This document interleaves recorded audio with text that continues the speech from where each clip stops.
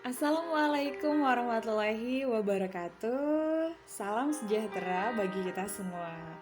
Oke, kali ini kita ketemu lagi nih di kuliah Kendali dan Jaminan Mutu Laboratorium untuk pertemuan kita yang ke-9 dan ke-10.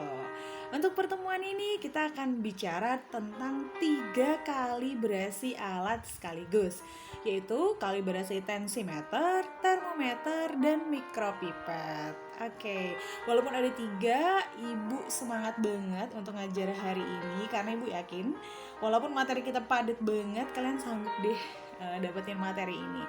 Semangat terus ya di rumah, walaupun di rumah kalian tetap social distancing kan ya. Semoga semuanya selalu sehat dan kita akan sesegera mungkin bisa ketemu dan tatap muka langsung untuk melakukan praktikum kendali dan jaminan mutu laboratorium ini.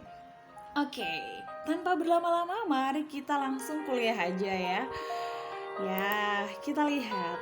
Yang pertama, kita mau nih kalibrasi tentang tensimeter. Kita lihat dulu. Tensimeter itu adalah alat yang digunakan untuk mengukur tekanan darah. Semua sudah tahu pastinya ya.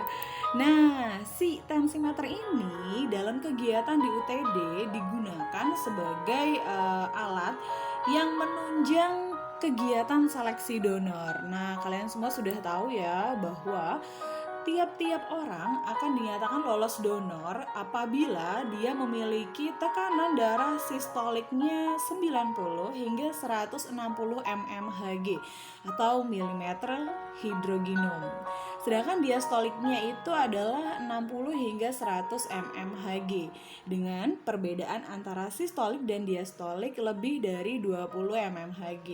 Jadi misalnya seseorang itu memiliki sistolik 110 ya, itu berada pada rentangan antara 90 hingga 160 ya.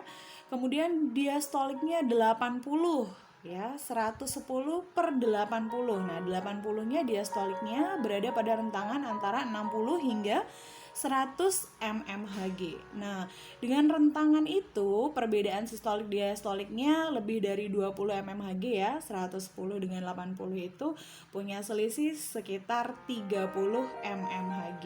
Nah, pasti orang itu akan dinyatakan lolos donor.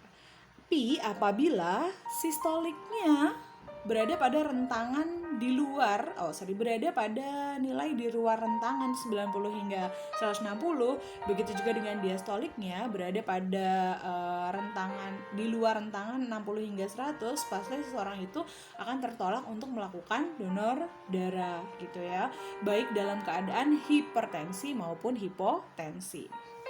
Nah, bicara tentang hal ini, maka kalibrasi pada tensimeter menjadi sangat penting karena berhubungan ya dengan ketepatan dalam melakukan seleksi donor.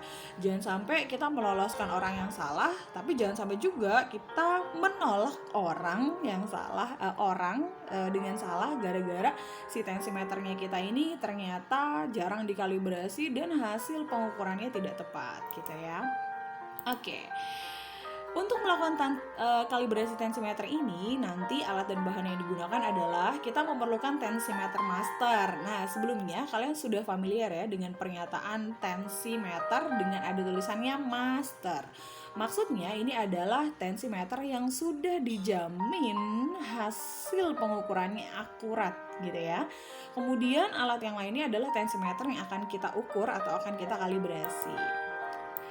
Nah, bagaimana nih prosedur kerjanya? Jadi, pertama kita nanti akan melakukan pengukuran tekanan darah seperti biasanya, di mana kita membutuhkan probandus. Nanti dalam praktikum akan ada 2 orang dalam satu kelompok, jadi berpasangan ya. Salah satunya akan bertindak sebagai probandus, yang satunya akan mengukur tekanan darah rekan kerjanya. Nah, nanti pengukurannya adalah mengukur sistol maupun diastolnya gitu ya, dan mencatatnya pada lembar kerja. Nah, pengukuran ini diulangi sebanyak 3 kali dengan tensimeter master. Nah, setelah melakukan pengukuran 3 kali menggunakan tensimeter master, akan dilakukan pengukuran tekanan darah kembali menggunakan tensimeter yang akan dikalibrasi dengan probandus yang sama loh ya. Nah, periksa kembali sistol dan diastolnya, kemudian catat pada lembar kerja. Ulangi pengukuran tekanan darah pada probandus dengan tensimeter yang akan dikalibrasi juga sama sebanyak 3 kali. Jadi totalnya si probandus ini akan diukur tekanan darahnya sejumlah 6 kali. 3 kali dengan tensimeter master, 3 kali dengan tensimeter yang akan dikalibrasi, ya. Dengan analisis datanya sebagai berikut. Tensimeter dinyatakan aman untuk pelayanan di unit transfusi darah apabila nilai deviasinya kurang dari atau sama dengan 3 mmHg. Wow, ternyata nilai penyimpangannya kecil ya. Jadi harus benar-benar akurat nih tensimeternya. Jika nilai deviasinya lebih dari 3 mmHg, maka perlu dilakukan perbaikan pada tensimeter. Oke, mari kita lihat lembar kerjanya dan kita mencoba simulasinya. Ini adalah lembar kerjanya. Seperti biasa, tertera data tentang master kalibrator. Jadi kalian harus menuliskan alatnya, merek alat, dan nomor seri kayak biasa ya. Kemudian tensimeter yang akan dikalibrasi, kalian tuliskan di sini nama alatnya, merek alat, nomor seri, tanggal kalibrasi, dan jadwal kalibrasi eksternalnya. Nah, jadwal kalibrasi eksternal akan kita tuliskan apabila keadaan tensimeternya tidak baik, gitu ya. Jangan lupa toleransi penyimpangannya yang diperbolehkan hanya 3 mmHg. Kurang dari itu boleh, lebih dari 3 mmHg dinyatakan dalam keadaan tidak baik. Oke, langsung aja kita mulai. Ini adalah simulasinya ya.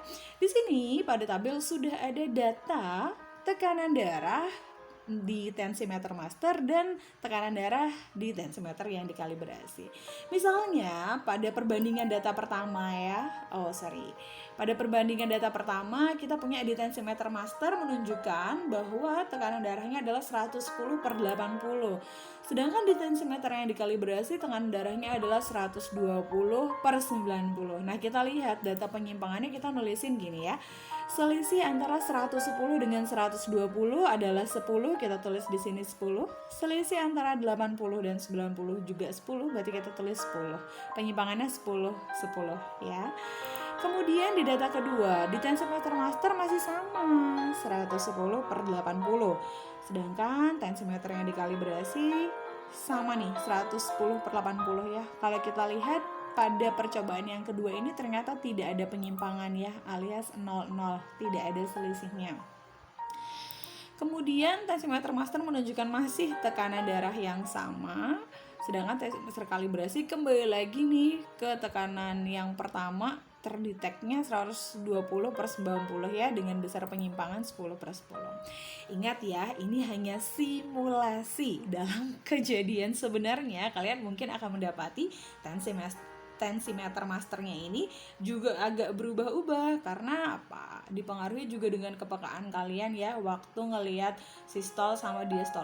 Mendengar sistol sama diastolnya. Jadi karena ini hanya simulasi, kita bikin mudah dulu, tapi besok kalau misalnya percobaan tentu nilainya atau angkanya akan lumayan berubah-ubah kayak gitu ya. Nah, nanti kita lihat di sini harus dijumlah ya untuk mendapatkan rata-rata penyimpangan. Nah, ini karena total penyimpangannya adalah 20 juga 20 ya, dan percobaannya 3, maka 20-nya kita bagi 3, rata-rata penyimpangannya adalah 6,77.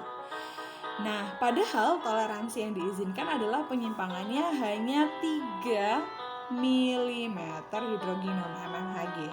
Maka karena dia melebihi, kita akan dapatkan hasilnya bagaimana? Ya, dia itu dalam keadaan tidak baik ya, baiknya dicoret seperti ini. Atau nanti kalau kalian mau menunjukkan ini baik atau tidak baik, selain si baiknya ini dicoret, kan ini kita menyatakan dia tidak baik. Boleh juga tidak baiknya diberi lingkaran seperti ini ya. Dan catatannya apa? Berarti perlu ada perbaikan tensimeter atau kalibrasi yang bersifat eksternal. Oke, lanjut ke video selanjutnya ya. Video kedua tentang kalibrasi untuk termometer. Terima kasih.